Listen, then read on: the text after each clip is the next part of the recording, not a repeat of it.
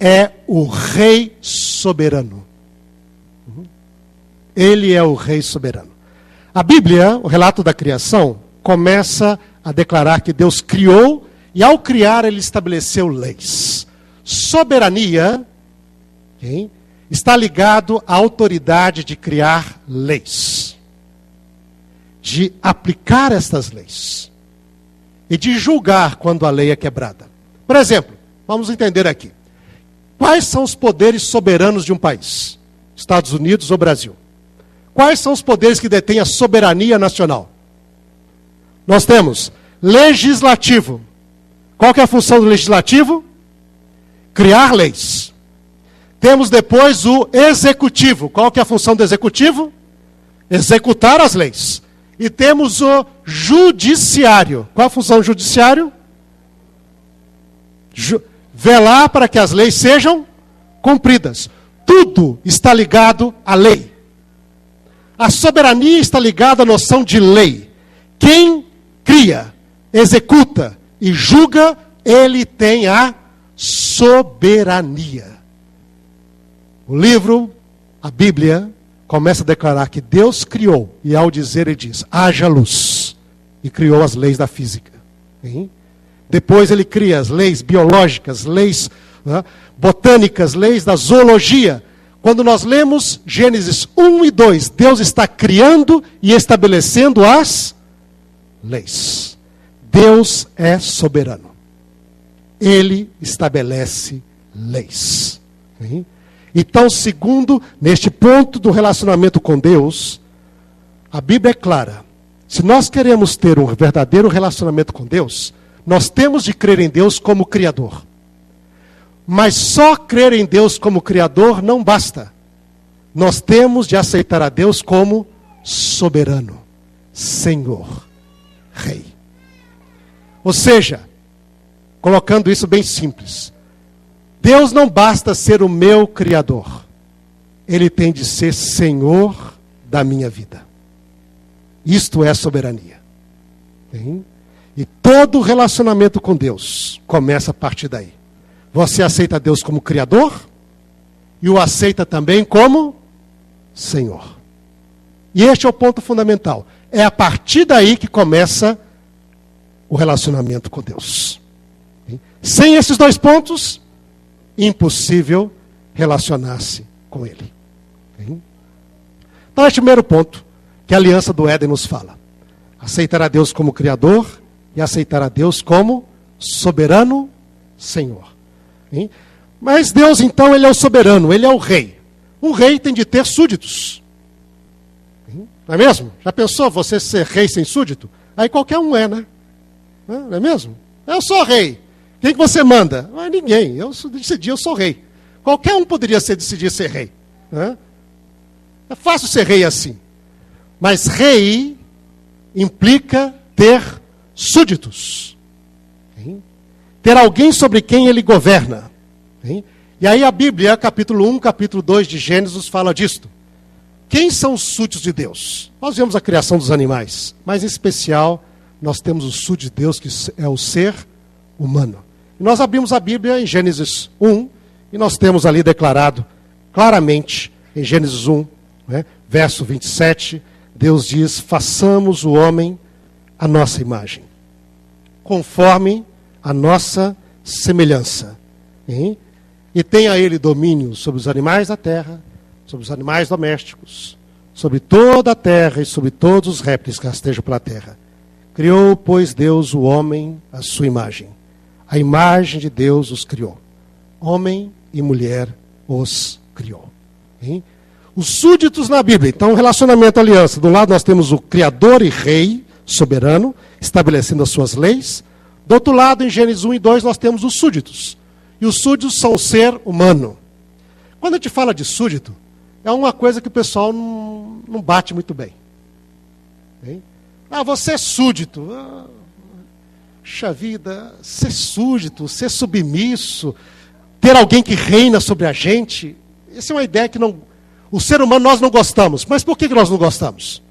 Nós não gostamos porque nós vivemos em governos que muitas vezes oprimem. Não é mesmo?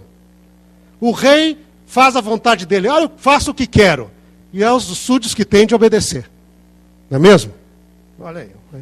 Vocês, às vezes a gente fica com coisas assim que são absurdas. Outro dia estava em casa agora, pouco antes de vir para cá, estive em Belo Horizonte, visitando minha família.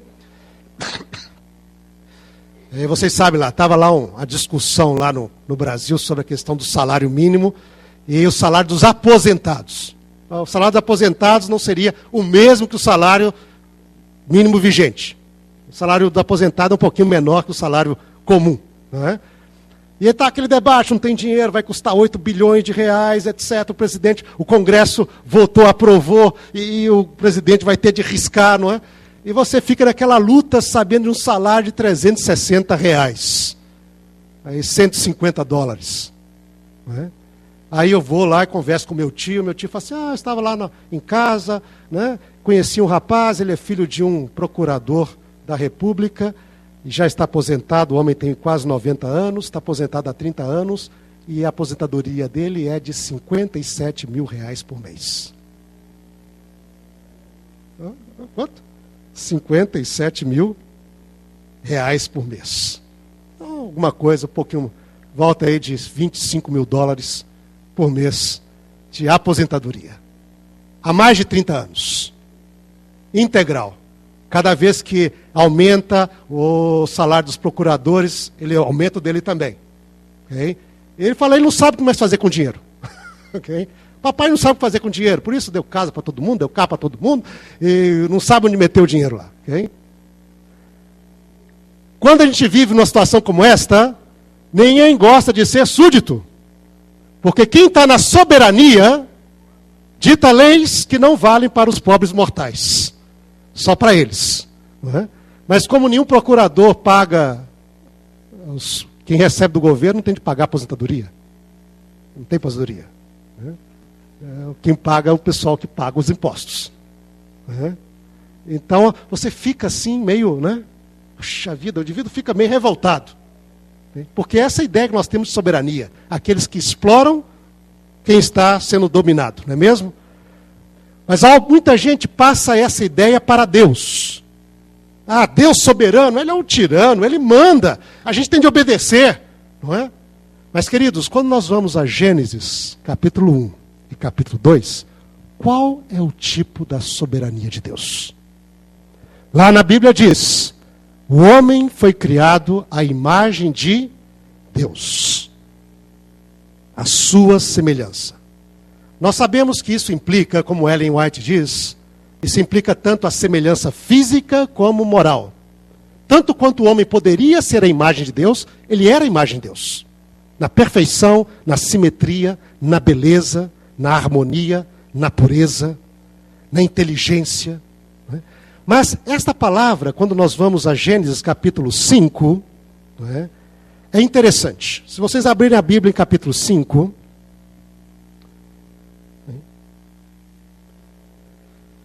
Verso 3, diz assim, viveu Adão 130 anos e gerou um filho, à sua semelhança, conforme a sua imagem. E lhe chamou Sete. Na Bíblia, ser criado à imagem e semelhança, além de todo esse aspecto da perfeição, implica filiação. Ser a imagem e a semelhança de alguém quer dizer ser filho, ser filha. Quando Deus criou os seus súditos, quando Ele, como Rei soberano, criou este mundo e estabeleceu as leis, Ele criou os seus súditos, Adão e Eva, mas Ele os criou na posição de filho e filha. E aí entra o segundo importante elemento da aliança do Éden. Nós somos os súditos de Deus. Mas qual a posição de um súdito no reino de Deus? É a posição de um filho, é a posição de uma filha. Queridos, se Deus é rei, e se nós somos filhos e filhas de Deus, o que isso implica? Qual que é a sua posição neste reino? Escravo? Você é escravo.